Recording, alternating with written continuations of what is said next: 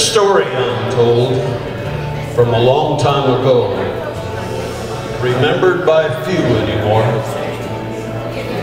And they say it took place in the Evergreen State in the spring of the year 24. They were miners by trade, working their claim at the foot of St. Helens back then. And in all of 6 years, found little to fear from either the forest or men. They built a log cabin where the 5 of them stayed, and finished it strong and secure. As fate had it happen, the snow and the rain wasn't all it would have to endure. From the forest around, they began to hear sounds made by no critter they knew, and found tracks left behind near the trail to the mine, like a barefooted giant walked through.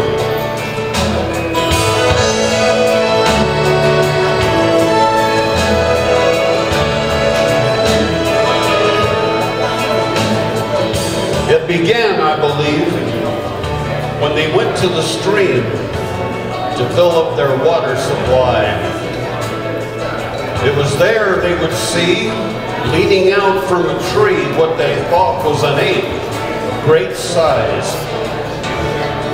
It was one man who dared bring his rifle to bear and fired at the creature 3 rounds.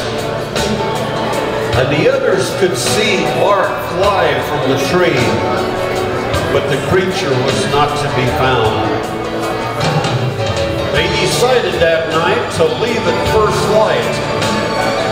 Safety was now on their minds, and they all went to bed with dreams in their heads of going home after all this time. And it was just past the hour of midnight, I'm told, when the start of the siege began. There were sticks, there were stones, and they were all being thrown at the cabin again and again. There came then the sounds of walking around as the monsters all gathered outside. And they pushed on the door and pounded the walls till the men became panic inside. So the miners yelled warnings and fired at the door, and they fired at the walls through the night. And they shot at the sounds that they heard on the roof. This went on till first morning light. When the morning arrived, they ventured outside, anxious to see what they could. But the men could just stare at debris everywhere from the all-night assault they withstood. It was then one man spied an ape near the side of the cliff where no trail did go. And he shot several times and watched as the creature fell to the canyon below.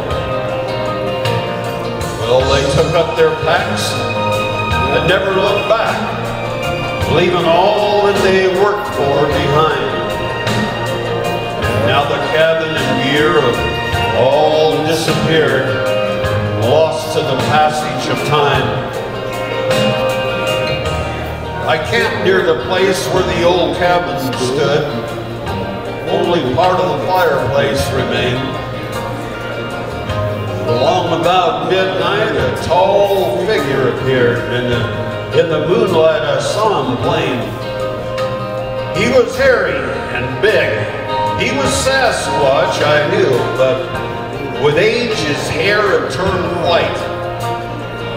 And he stared for a while at the cabin's remains, then headed back into the night.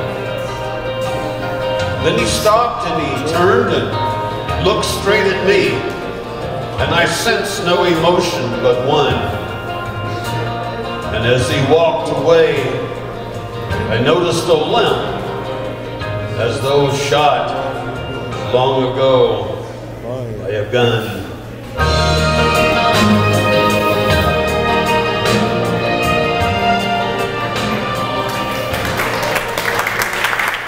Thank you all very much.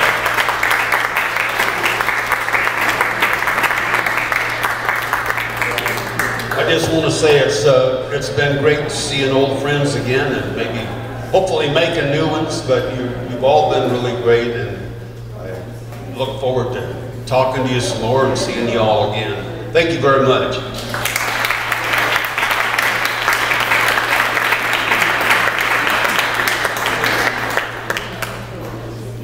All right, fantastic. Let's hear it again for Lenny Green. Yeah. Well, this is a real labor of love what we've put together this weekend, and a lot of friends step up and say, I give them a call and they say, hey, would you be part of this? And they say, sure. And none more so than the man you're about to hear, who, and just as I've known him for 10 years, has really come a long way and is doing great things in research. And besides being a television personality and star on a very popular show, Finding Bigfoot, Cliff has always diligently documented evidence and cataloged evidence. And it's this type of meticulous attention to detail that sets him apart, and he really is one of the leading, if not the leading, researcher of our generation. And he's a very good friend of mine, so please welcome Mr. Cliff Barackman.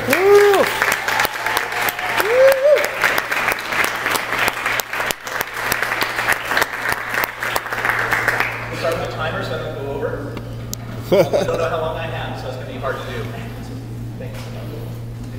First of all, I'm Cliff Barackman. I am not a Bigfoot expert, though I play one on television. I'm not going to try to teach you much today because I don't know much. Ignorance is bliss, and I'm the happiest guy alive. But I do have quite an extensive track cast collection. To me, they're sort of like baseball cards. I get to learn about the players and the stats and stuff, so to speak.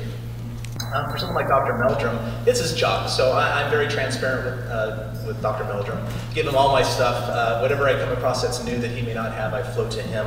And one of the questions that I think is so interesting about the track casts is not so much that they're evidence of Bigfoot. Honestly, I don't care if Bigfoots are considered real by everybody else. I know they're real. I've got no problem with it. The evidence is overwhelming. I'm beyond if they are. I'm now looking at what they are, and more importantly to me, how they are. And those are some of the questions that TrackCast can actually help us answer. Oh, and by the way, I have to use, I'm a teacher. You know, I was an elementary school teacher before I was on television, and I still live like that. So I don't own Microsoft PowerPoint. I do the free one. So I don't have a remote control or anything like that. So much like those children's books, you know, when you hear the tone, turn the page. So computer guy, when you hear the tone, whoop, turn the page, please. Okay. So let's start this now. Whoop.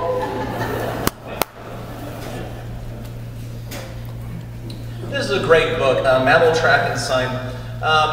It's all about mammals of all sorts. They do leave Sasquatches out for some reason, but that's their problem. But one of the quotes in there is so interesting to me because this is one of the reasons I study the track casts. It's the location of tracks and signs and the surrounding environment provide as much information about behavior, habits, and ecology as the signs themselves. And that is so true.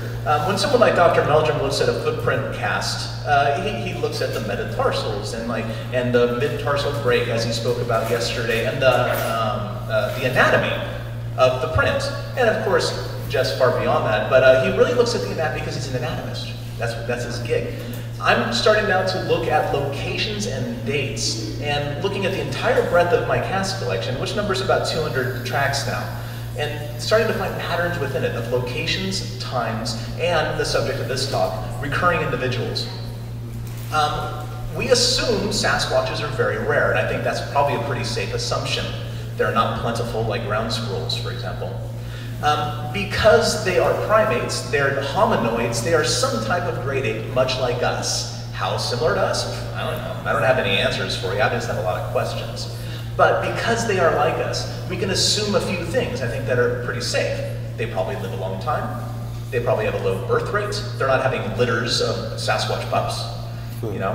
And therefore, because they are rare, and they do live a long time, and they have a low birth rate, we can assume that most likely there are going to be repeat occurrences of Sasquatches, either that are seen or that are found in the tracks.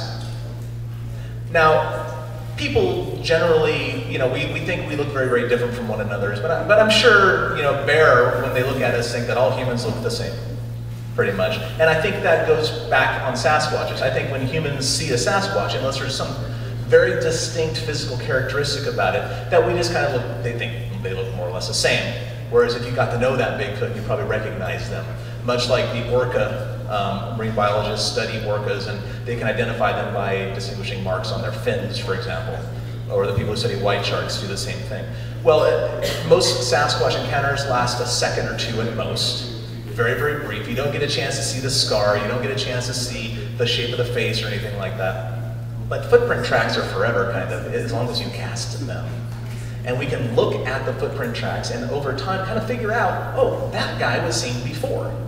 And when you start doing that, some really interesting revelations happen.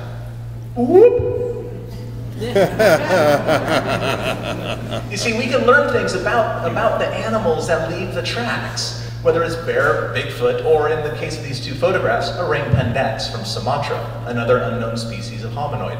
We can learn, or at least assume, start to speculate about population sizes. Before I started studying the track casts and the recurring individuals, I thought there were a lot more Bigfoots than there probably are. But now that I'm doing that, I've really downgraded my numbers, my population numbers. We can figure out something about maybe their territory size. We could probably figure out something about or speculate about their social structure and their diet, their foraging strategies, and maybe even migration. You know, there's no massive like wildebeest migration for Sasquatches, but they do move around, just like bears would. They follow the food.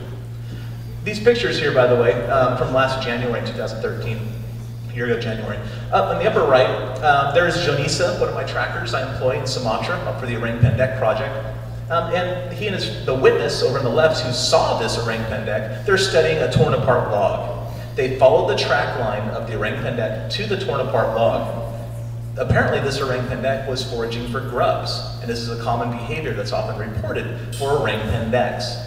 And down here, I gotta pull out my lightsaber. By the way, I have a green lightsaber, not a red one like the Sith presenters before me. But this down here is a type of fruit. It's a pu'er fruit, I believe is how you say it. And this was found along the line of orang pendek tracks. So we have one trackway with two different food items found along it, plus a foraging strategy of ripping apart rotting logs. That's pretty cool. I think that's amazing. But that's orang pendek stuff, and unfortunately I don't have good examples for the Sasquatch. But that's all right, because the data set is so small at this point. People don't tend to look at the track set information in the same way I do. They're not looking for this stuff. They're looking for a track they can cast. And that's it. Well, look around, because remember the context of a cast means as much as the cast itself, if not more. Whoop. So to start out this study, I'm going to start looking at various trackways where more than one footprint was left by one individual. And we know it's the same individual because it was all along in one trackway. This is from 1982. This is the very, very famous Dennis Hereford cast. It's a beautiful cast. It's probably one of the cleanest, nicest casts, and it's because of the substrate. And this is a very unique trackway. Number one is because it's meticulously documented by Dennis Hereford and his friends. Grover Krantz was there. Even Cliff Crook was there, and he cast a footprint that day. Cliff Crook gets a bad rap because of some photographs that probably aren't real that he was involved in, but nonetheless, he was on the scene at real events, like this one. This is the Dennis Hereford cast. This is the Cliff Crook original. I have, that is now in my possession, so I own an original cast from this event, which is cool. And this was given to a friend of mine by Dr. Krantz. This is from the same event. These two are also there, and this is a half cast for the creature when the creature was running. And here's another half cast that I uncovered, that actually I documented my Bigfoot Road Trip DVD, where this cast was unknown until about 3 or 4 years ago, even though it was cast in 1982. It's an interesting story. It's on the DVD. I'll tie you up with that. But as you can see, look at the shape of the toes and the front edge of the ball, the distal edge of the foot pad. And look at the shape of it. There are some really interesting distinguishing marks, and we're going to be looking at some of these distinguishing marks in other footprints and tying them to individuals in the data set. The slant of the toes along the front is important. There's a little dip right here in the side that corresponds to a break in the bones between the metatarsals and the phalanges right there. And you can see that a lot of these casts have those features. The big white heel is a little bit absent on this one, but that's important to note, because a very common misperception with Bigfoot footprints is that the footprint cast is the shape of the foot. No, it is not. Footprint casts are not the shape of the foot itself. The footprint cast is the shape of the damage done to the ground by the foot as it was passing by. And that's an important distinction, a very important distinction. These are beautiful and clean because of the substrate. There was about 1 inch or 2 of mud, it had rained previously, on a hard packed gravel road. So it was a nice hard substrate underneath. So when this Bigfoot walked by Abbott Hill in 1982, it squished the mud, it compacted down on the hard stuff underneath, which caused a lot of interesting features to be seen on the foot, like lateral expansion and stuff. And then it kept going. But these are actually pretty close to the shape of the foot, which is interesting. But some of the casts we're going to be looking at later are not. Just keep in mind, it is the shape of the damage done to the ground by the foot. Oh, by the way, these are the notes from Dennis Hereford. He found in March, oh no, I think it was April and May, forgive me, April and May of 1982, there were 3 track finds. They cast at Abbott Hill and Elma Gate, about 7 miles away from each other, if I remember right. And he looked at these casts and said, I think they might be the same Bigfoot. Interesting thought, especially back then. So he measured all these different aspects of one of these footprints and did the same thing for another footprint, and then he showed the difference. So look, 1/2 inch difference, 1/2 inch difference, 3/4 inch difference. No huge differences here. And then he came to the conclusion, oh, these are probably the same animal. Well, we're going to see later that some of those differences can be huge in between 2 footprints left by the same animal. But again, this work was started. This is the earliest known work I've seen, the earliest known documentation that I know of about people saying that, like actually taking measurements and saying these 2 are the same because of the measurements. Although back in the day, John Green and Titmus and those guys, they all knew they were dealing with 2 or 3 different Bigfoots at Bluff Creek. Whoop!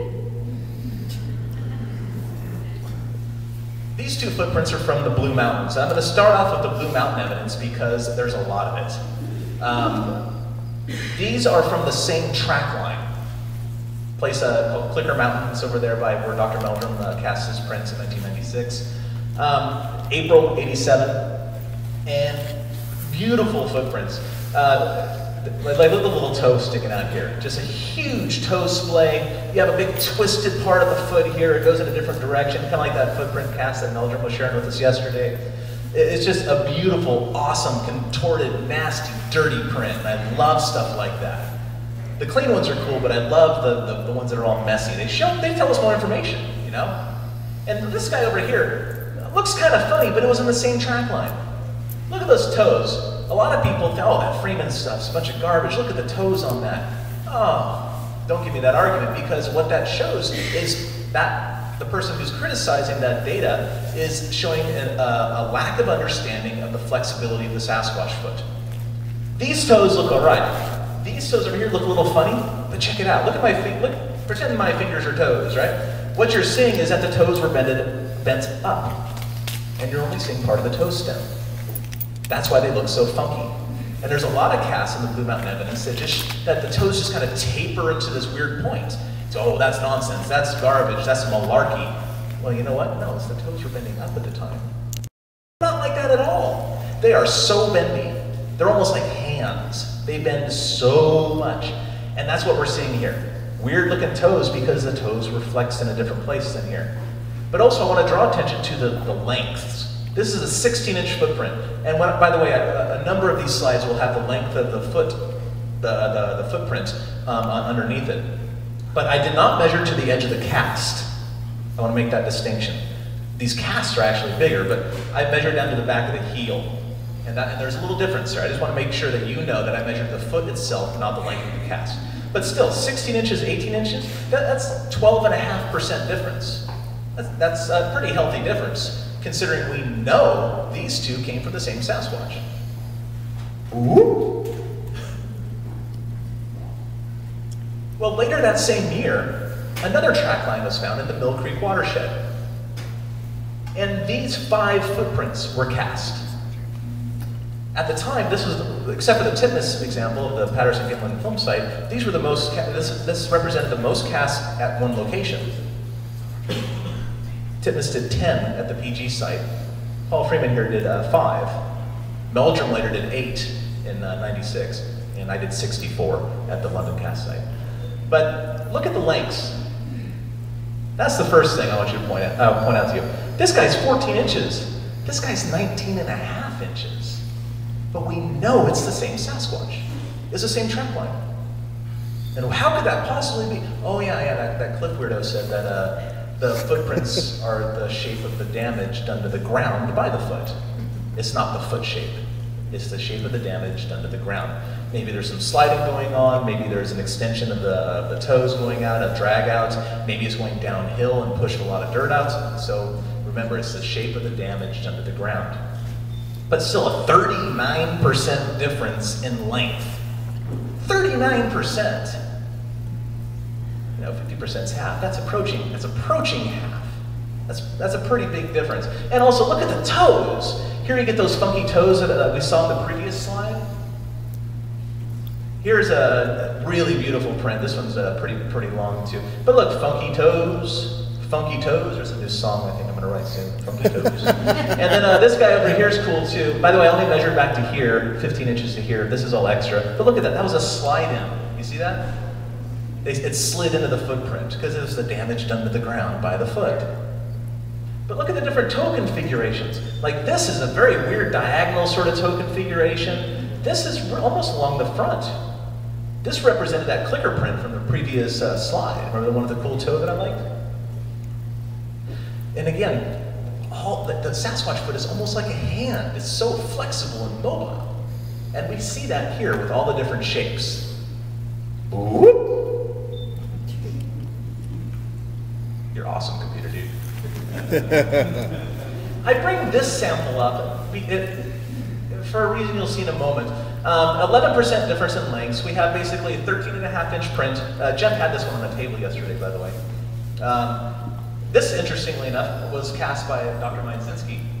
I don't know, I believe, and I actually probably need to check with you if it was actually taken at this date on Biscuit Ridge, because Jeff mentioned yesterday in his presentation, he let me loose in his lab and said, yeah, take pictures of whatever you want, use it however you want, let's go for it. And I was like, whoa! And I went crazy for like 3 hours.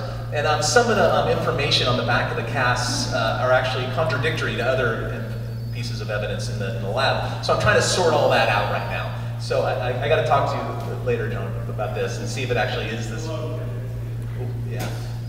But this particular cast, we're going to look at more in depth in a minute. But these are all, I believe, with the possible exception of this one, I have to ask John about that. These 3, and I think this 4th one, are from the same track line again. You can look at the difference of toe shape, toe position. This one's really neat because it's so dynamic. Look at the toe slide in. There's a big twist in the middle, nice big mid-tarsal arch there. It's an awesome print. Now let's take a closer look at that really interesting print that I like. There's the big guy right there. There's a different angle on that print, so you can kind of see what was going on with it as it went in the ground. It's phenomenal. I mean, the toe slide, you can see the striations there. You can see that there's the mid-tarsal section, like the front pad of the foot. That is so consistent Sasquatch. And look at the angle. Like this goes like diagonally up to the left, and then all of a sudden this kind of goes to the right. Now look at these here. These are like my block models of the Sasquatch foot, and we'll start with this one right here. The gray segment represents the heel segment. The white segment represents the front part, the bald part of the foot. Sasquatch feet bend an awful lot, and that's in that sample there. What you're seeing is that like here's the heel and here's the front part, and Sasquatch feet can do this very, very well. And that's what gives rise to the mid-tarsal break and all that junk that Jeff was talking about. It can go up, as we see in the PG film, or down, and when they push off, it's a really neat mechanism. And actually, it really comes in handy when you're traversing very, very steep terrain as well. I was backpacking in Ape Canyon earlier in the week, and I was thinking about this as I was going up these hills like that, like how amazing of a foot, how amazing it would be to have a foot like a Sasquatch. It'd be so much easier to go up and down these hills, right? But and being Bigfoot nerds, as I'm assuming all of you are, because I know I am, being Bigfoot nerds, we know about the mid-tarsal deal, right? But what often is overlooked is that same hinge allows other directions of mobility with the foot. For example, let's look at, I just shot myself with a laser, pardon me, right here. Whoa. It's a good thing this isn't a lightsaber, by the way, now, right? I guess I'm just a Padawan after all. So look at this model here. This is looking from above. Like the ankle bone would be right here. So from above or below, if this is the heel segment of the Sasquatch and this is the forepart of the foot, it moves like this too. And you can see it in that cast. So not only does it go like that, it goes like this. And once more, this guy right here, this is like looking from like down the heel towards the front part of the foot. It moves like this. And you can see that in that cast. That is a tremendous amount of flexibility in the mid part of that foot. It's not just on that one axis. It's at least three. I mean, it's three-dimensional. It blows my mind. That math is beyond me. I'm not a scientist. I have a degree in music. I'm not a scientist. You know, I taught elementary school science. Yeah, I'm smart enough to do 10-year-old science, but I'm not a scientist. But that's cool. I may not have the math ability or the right words to put into shape, but then again, I imagine most of you don't either, and that makes me a good interface between science fun stuff and you guys, right? So like this, and this. And you see most of that movement in that cast. Keep that in mind as we look at these following examples of individuals that are found again and again and again in the evidence. These two are from Clicker Mountain. There's that cast I really enjoyed with the divergent toe there. And there's the other one with the funky toes I brought to your attention. And here is the slide that came after that, all 5 of those with the various toe designs and diagonal toe design. So this cast, I feel, compares most favorably with these, most congruently with these. Look at the toes and the shape and stuff. And this toe configuration is strongly reminiscent of this one. And since we know this and this came from the same trackway, what kind of bending of the foot is going on to angle the toes like that? I mean, just kind of think about it in your mind. I'm not here to give you answers. I'm here to ask a bunch of questions. And then when you think about the way the foot can bend, on those 3 different ways that I mentioned on the previous slide, think about how that is that. All 7 of these casts are from the same individual. All 7 of them. And some of these prints are 19.5 inches long, and some of them are 14.5. That's interesting, at least to me. I'm a Bigfoot nerd, what do I know? Whoop.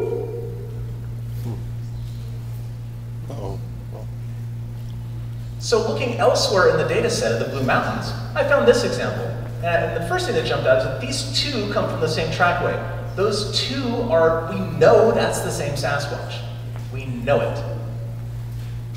This looked like that first one that I looked at, with the funky toes. So what I did is like, well, that's a really weird shape, isn't it? But we know that's the same animal. So looking this way with the arrows, this is the print that Jeff mentioned yesterday. This is the one that I kind of pointed out in his lab, like, Jeff, these are the same guy. And he goes, yeah, I think you're right, and we started looking at it more closely. But this toe design kind of looks like this toe design here. And we know that these 2 are the same animal. This is from Indian Springs, it's West Summerlin print. This one looks a lot like that one from Mill Creek Watershed on the previous slide. It's a lot shorter, it's about 3 inches shorter, but it looks a lot, very, very similar. And this one came from this trackway, which looks like this one. This toe configuration looks like this one. Actually, but we know that that came from the same trackway. I'm sorry. These came from the same trackway, so we know it's the same animal. This is a different example of that same animal from elsewhere in the Blue Mountains. And this, if you're familiar with Dr. Krantz's writing, as all of you should be, is wrinklefoot.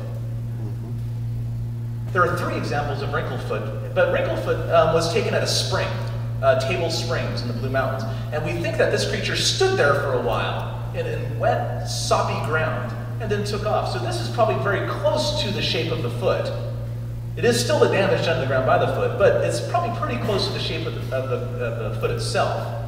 So imagine a foot that's shaped like this, making all of these different kinds of footprints. And when you look at the Blue Mountain evidence, there's something like 50-something casts.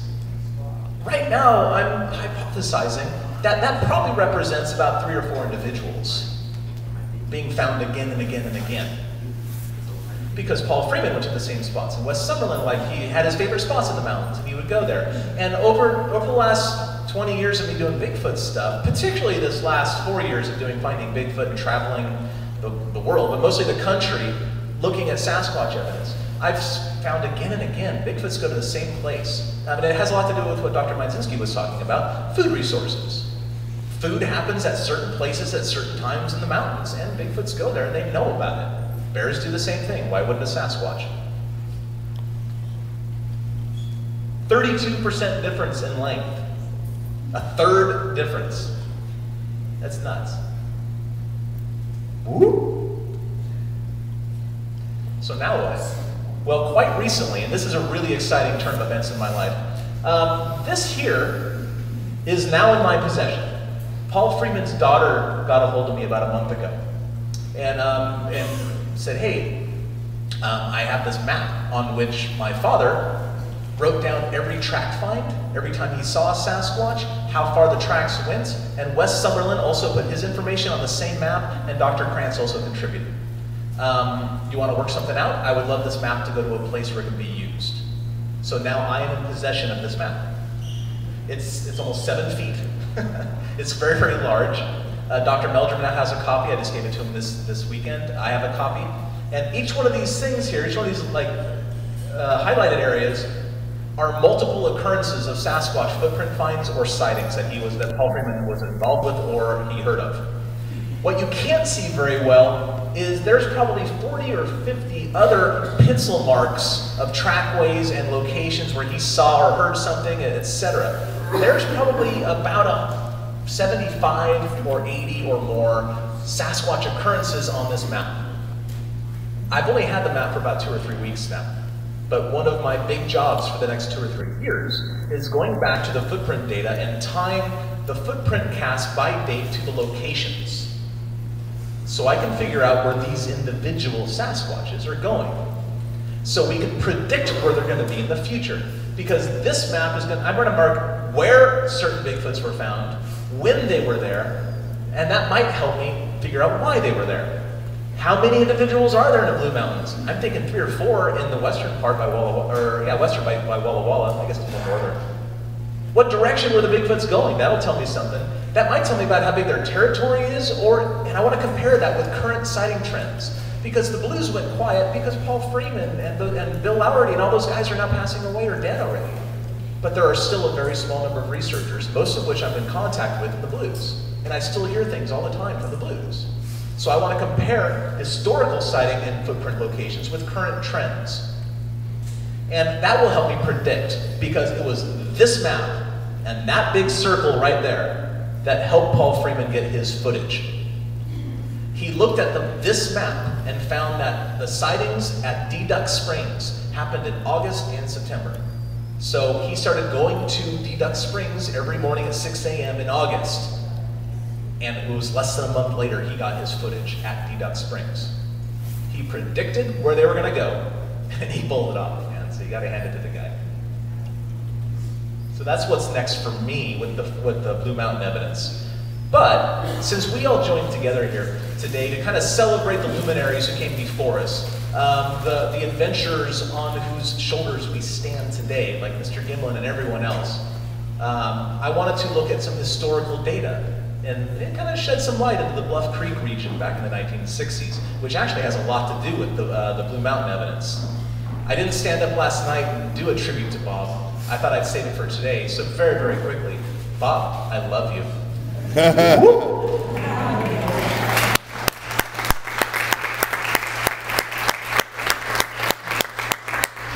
Let's start at the beginning, the Jerry Crew footprint. Jerry Crew is going to blow everybody's mind. My next Bigfoot road trip DVD, I have an hour interview with John Crew, who saw these footprints in the ground as a 7-year-old boy. We have so much information. Craig Flippy and I go backpacking to the actual site where this footprint was cast. As far as I know, we're the first people to go back there since around that time, because the road's decommissioned. It doesn't look anything like it anymore.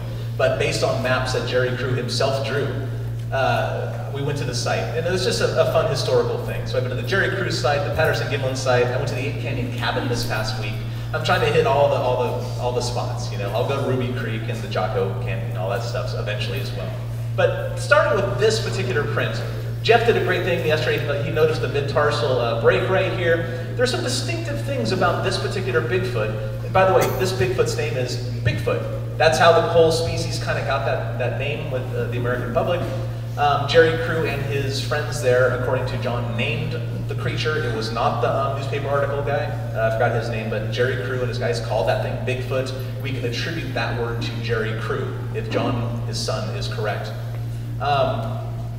Even finding this cast was amazing. We didn't know it existed until finding Bigfoot. Went to Bluff Creek with Bob Gimlin to do the Patterson-Gimlin thing, and the Crew brothers showed up with the cast. I thought it was lost. And it turns out that it was actually about 7 miles from where I live in Portland, Oregon.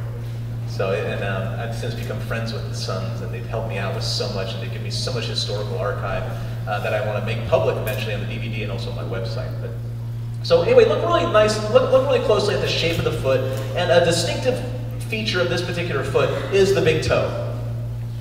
And also kind of the slope of the toes here. And it's a big one. This cast is about 16 inches long. Whoop.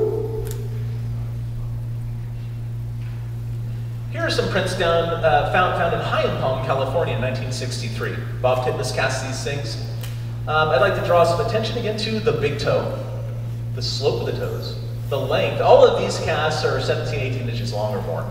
But as we saw for the Blue Mountain evidence, a difference in length does not mean it's not the same creature. In fact, some of the old-time investigators have criticized the idea that the same individuals were found again and again in Bluff because there are different lengths. So no, there's a 14.5 individual, that's Patty. There's a 15-inch individual, and even a 15.5 individual. And you're like, well, that doesn't matter anymore. The length, a small difference like that doesn't matter anymore. It's probably the same one, but we'll look at that in a minute. But okay, let's go to the next slide. This is from 1963, Laird Meadow. By the way, Roger Patterson has pictures of these casts in his book, Do Abominable Snowmen or North America Really Exist? But he mistakenly labels it as 1964. Okay, and in fact, even the display up there has 1964 and 1963 in the same display with these casts. There's some confusion, but the original casts themselves have 1963 written on the back, so I'm going with that. So these are from Laird Meadow, which is on the slopes of Bluff Creek on Onion Mountain. Got a left and a right. Look at the big toe. Look at the slope. Whoop. Here are two casts that we don't know exactly where they came from. This is a cast taken by Bob Titmus in 1958. Our best guess at this point is that he went to the Jerry Crew site and cast another footprint in line. Our best guess. Initially, it was thought that this might be the Jerry Crew cast itself, copied it. The whole thing on the outside of the foot is not in the Jerry Crew cast, and we're lacking the mid-tarsal break. So we think this might be the Bigfoot creature, but the same track line, but a different cast. This one we have no idea. A guy named Roger Brown cast this. It's in the Willow Creek Museum. This is the original. It was cast in 1963 or 64. We don't know where. I don't know anything about the guy. I can't find any information on the guy. But to me, it's clearly the same critter. Whoop. And here I lay out all the different footprints of what I believe are belonging to Bigfoot, that original Bigfoot creature. The one that stands out is kind of weird in my opinion is this one over here, because the toes are kind of straight across a little bit more than some of these other ones that slope more deeply. But again, remember that flexibility in the mid part of the foot. Remember, Sasquatch can do this too. So that is no longer a barrier between tying footprints together. We know these three are the same. I'm hypothesizing that all of these are the same creature. I mean, look at them, they sure look like it, and if it's not the same creature, we can maybe speculate they're closely related, maybe brothers, or who knows. But again, I don't have answers, I just have a lot of questions. Now what we can do with this is, whoop, it usually works better with this. We can start mapping out where some of these things were found. This is the Jerry Crew site, and that's where that footprint came from. These are Laird Meadow prints. Laird Meadow's right at this turn here. By the way, Laird Meadow is also the place where Bob Titmus got that hand cast, I think in the 1980s. And it's still a very active area, the whole place. Don't know where this was taken, but we think it was probably there, and we have no idea where that was taken. Because of bad documentation, basically, or utter lack of documentation. But this next slide's pretty cool. This is, by the way, this is Bluff Creek. Bluff Creek kind of slides up in there, PG slides up in here somewhere. Whoop! This whole thing here is this yellow rectangle. That's High in Palm, California, where these three footprints were taken. Willow Creek is in here. That's 60 miles. Could that large male Sasquatch be traveling 60 miles?